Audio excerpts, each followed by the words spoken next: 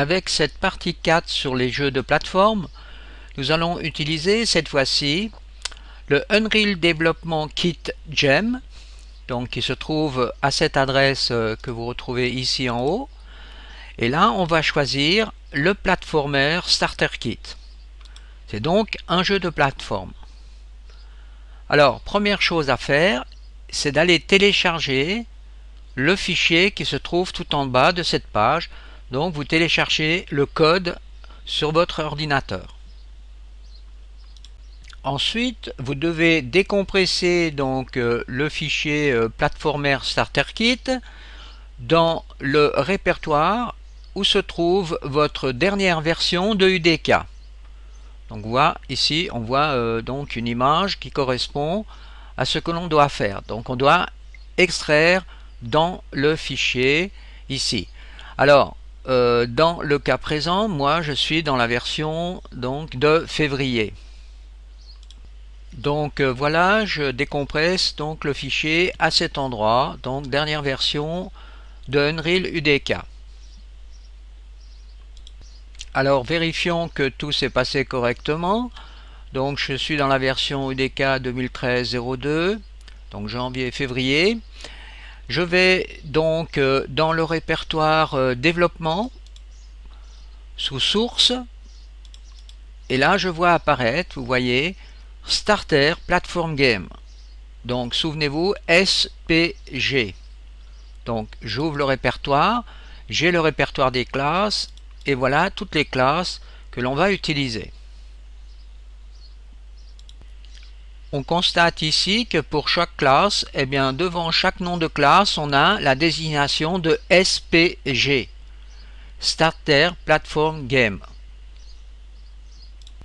Ensuite, pour pouvoir compiler ces nouvelles classes, eh bien, il faut aller dans le répertoire UDK Game, répertoire configuration, et on ouvre le fichier Défaut Engine avec par exemple le bloc-notes et l'on rajoute cette ligne de code à cet endroit pour que la compilation s'effectue correctement.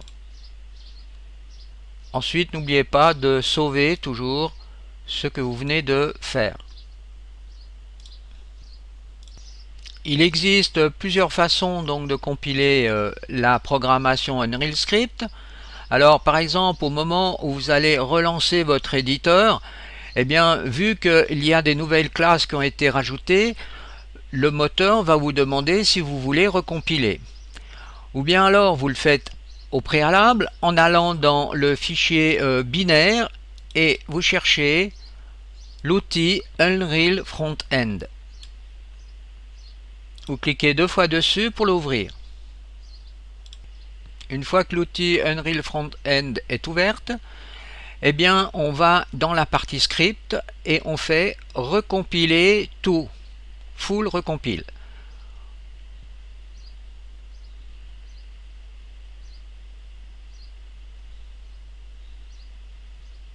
Et là on a donc la compilation, vous voyez, qui se fait, et effectivement nous avons tout en bas le Starter Platform Game.u. Donc tout a été compilé avec succès.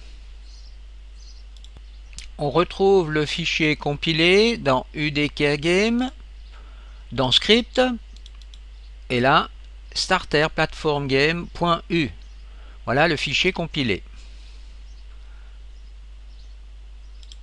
Alors maintenant, petit rappel, nous allons utiliser pour les utilisateurs un peu expérimentés, donc avancés, le Unreal X Editor pour pouvoir expliquer un peu mieux donc ce jeu de plateforme. Alors vous allez télécharger le Unreal X Editor par exemple dans la version 3.1.3, donc c'est une bêta version. Vous pouvez éventuellement télécharger une version stable, la version 2.6.1. Une fois que vous avez lancé donc l'éditeur, eh bien vous allez à cet endroit, vous faites Setting et vous définissez ici l'endroit où se trouve votre dernière version de UDK. Donc pour moi c'est la 2013-02. Ensuite, eh bien normalement vous devez obtenir ici, vous voyez ce cercle vert qui dit que c'est valide, que l'installation s'est faite correctement.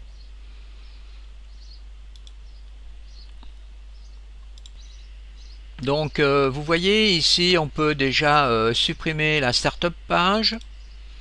Ensuite je vais développer un peu plus cette partie. Et vous voyez je peux faire un full recompile. Et si je lance un full recompile, ça revient à recompiler donc tout le script de UDK. Et bien ici donc on obtient la même chose que dans le moteur Unreal Front-End. Dans l'éditeur Unreal Front-End, là vous voyez donc pas d'erreur et pas d'attention, et le starter platform game.u est ici présent. Maintenant là, si on va à cet endroit, on retrouve donc les classes. Alors ici starter platform game, j'ouvre classe et voilà toutes les classes qui se trouvent ici. Par exemple, si je clique deux fois sur game info, eh bien j'ouvre le script qui correspond à la partie game info de ce nouveau jeu SPG. Alors maintenant je vais modifier donc le jeu que l'on a créé jusqu'à présent, donc jusqu'à la partie 3. Alors déjà première chose, vous voyez j'ai supprimé le caméra actor. Ensuite dans le Kismet j'ai supprimé toute une partie donc qui se trouvait à cet endroit. Et pour l'instant je laisse comme ceci. Ensuite je vais de nouveau faire quelque chose d'important. Donc on a un game info SPG que l'on doit mettre dans les word propriétés ici. Donc on met SPG game info car avant on était sous UTGame.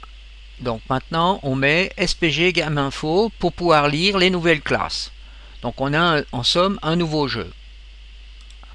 Encore une chose importante, c'est qu'il va falloir réinitialiser les défauts input. Donc dans UTGame configuration, souvenez-vous, on avait changé donc les défauts input. Alors on remet ça dans la condition initiale de jeu. Donc là j'ai supprimé donc les lignes de code que j'avais créées pour l'autre jeu. Donc ici voilà les lignes de code, les nouvelles lignes de code qui se trouvent là.